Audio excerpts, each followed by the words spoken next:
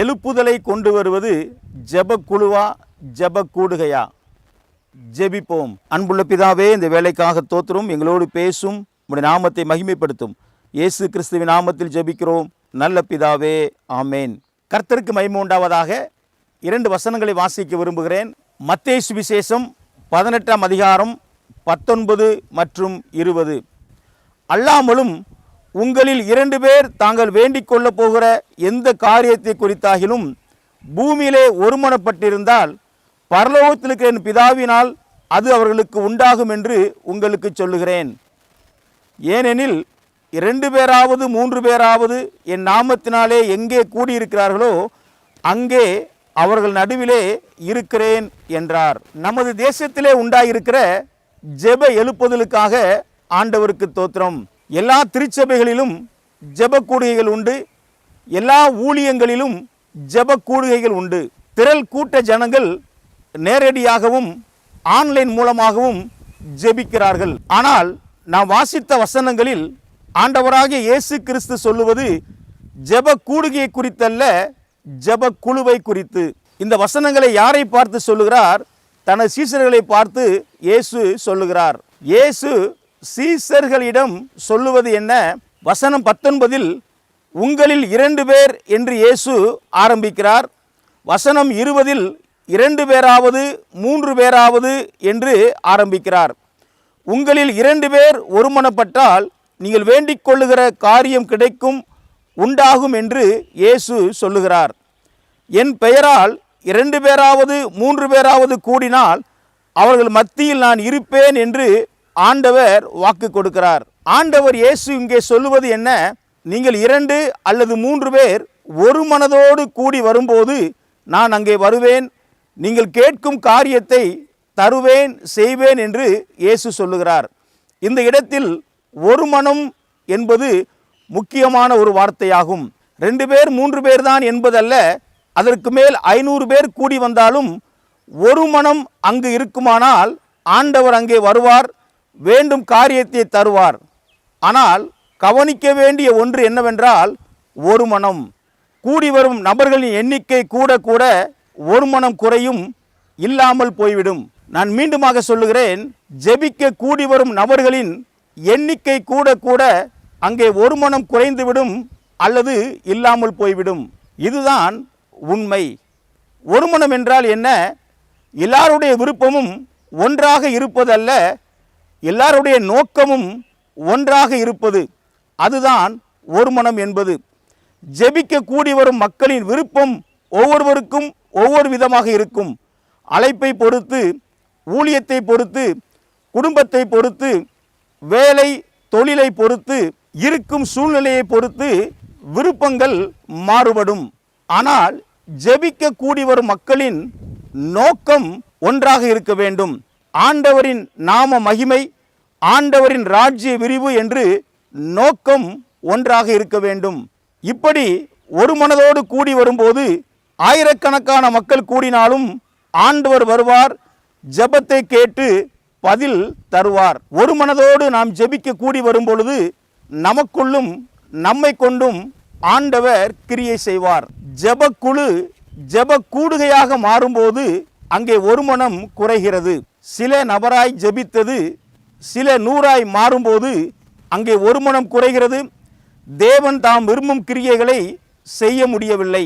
ஜெப குழுவில் ஒரு மனம் அதிகம், ஜெப கூடுகையில் ஒரு மனம் குறைவு. நான் மீண்டுமாக சொல்லுகிறேன், ஜெப குழுவில் ஒரு மனம் அதிகம், ஜெப கூடுகையில் ஒரு மனம் குறைவு. எனவே எழுப்புதலை கொண்டு வருவது ஜெப கூடுகை அல்ல, ஜெப குழுக்களே. ஆகவே ஜெப கூடுகைகளை ஜெப குழுக்களாக நாம் மாற்றுவோம். 1000 கூடும் ஜெப கூடுகைகள் தவறல்ல, ஜெப குழுக்களே அதிக பலன் உள்ளதாக இருப்பதால் ஜெப கூடுகைகளை ஜெப குழுக்களாக மாற்றுவது நல்லது. வேத புத்தகத்தை பார்க்கும்போது ஜெப கூடுகை அல்ல, ஜெப குழுக்களே பெரிய காரியங்களை செய்து எழுப்புதல் கொண்டு வந்ததை நாம் பார்க்கிறோம். எஸ்தர் ஜெபக்குழு தனது ஜனத்தின் அழிவை தடுத்து நிறுத்தியது. தானியேல் ஜெபக்குழு ராஜாவை உங்கள் தேவனே தேவன் என்று அறிக்கையிட செய்தது. பேதுரு ஜெபக்குழு அற்புதங்களை கொண்டு வந்தது. பவுலின் ஜெபக்குழு ரட்சிப்பை கொண்டு வந்தது. சபை சரித்திரத்தை பார்க்கும் போதும் பெரிய ஜெப கூடுகைகள் அல்ல, சிறிய ஜெபக்குழுக்களே எழுப்புதலை கொண்டு வந்தது. ஆதி திருச்சபையிலும் பெரிய ஜெப கூடுகைகள் அல்ல, வீடுகள் தோறும் கூடிய சிறிய ஜெபக்குழுக்களே எழுப்புதலை கொண்டு வந்தது. நம்முடைய பகுதிகளிலும் சுமார் 30 ஆண்டுகளுக்கு முன்பு பெரிய ஜெப கூடுகைகள் கிடையாது. ஆனால் நிறைய ஜெப குழுக்கள் இருந்தது. சபைகள் தோறும் ஊழியங்கள் தோறும் சிறிய குழுக்களாக கூடி கூடி ஜெபிப்பார்கள். அந்த நாட்களில் இருந்த உண்மையான எழுப்புதல் இந்த நாட்களில், அதாவது பெரிய பெரிய ஜெப கூடுகள் நடக்கும் இந்த நாட்களில் இல்லை என்பதுதான் உண்மை. அநேக மிஷனரி ஸ்தாபனங்களின் ஆரம்பம் ஜெப குழுக்களே என்பதை நாம் அறிவோம். பெரிய ஜெப கூடுகைகளுக்கு அநேகர் வருவார்கள், போவார்கள், எல்லோரும் வந்து கூடுவார்கள். ஆனால் ஜெப குழுவிற்கு வந்து ஜெபிக்க வேண்டுமானால் அர்ப்பணிப்பு உள்ளவர்கள் மாத்திரம்தான் வர முடியும். பெரிய ஜெப கூடுகைகளுக்கு வருகிற எல்லாரும் செயல்படுவர்களாக இருக்க மாட்டார்கள். ஆனால் ஜெப குழுவுக்கு வந்து ஜெபிப்பவர்கள் எல்லாரும் ஏதாவது ஒரு வழியில் ஆண்டவருக்காக செயல்படுவர்களாக காணப்படுவார்கள். ஜெப கூடுகைகள் ஒழுங்கு செய்யப்படுவதால், பெரிய ஊழியர்கள் வருவதால் ஜனங்கள் கூடுவது. ஜெபக்குழு ஆண்டவர் கொடுக்கும் பாரத்தினால் தேவ நிமித்தம் கூடுவது. ஜெப கூடுகைகளுக்கு செலவு உண்டு, ஜெப குழுவிற்கு செலவு இல்லை. ஜெப கூடுகைக்கு PA சிஸ்டம், இசை, பாடகர், ஜெப நடத்துபவர், செய்தியாளர் இவர்கள் எல்லாம் தேவை. ஜெப குழுவிற்கு இவைகள் ஒன்றும் தேவையில்லை. செலவு இல்லாமல் எழுப்புதலை கொண்டு வருவது ஜெபக்குழு. ஜெப கூடுகைகளுக்கு ஆயிரமாய் ஜனங்கள் வருவதை நாம் எழுப்புதல் என்று சொல்லிக் கொண்டிருக்கிறோம். அப்படி அல்ல. சபைகள் தோறும், ஊழியங்கள் தோறும், கிராமங்கள் தோறும், தெருக்கள் தோறும், வீடுகள் தோறும் தானாக ஜனங்கள் கூடி கூடி ஜெபிப்பதுதான் உண்மையான எழுப்புதலின் அடையாளம்.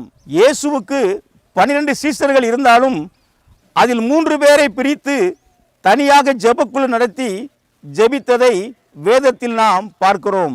ஒரு ஜெபக்குழுவை நடத்த அல்லது ஒரு ஜெபக்குழுவில் பங்கு பெற நம்மை அர்ப்பணிப்போமா? ஜெபிப்போம். அன்புள்ள பிதாவே, இந்த வேலைக்காக உமக்கு தோத்திரம்.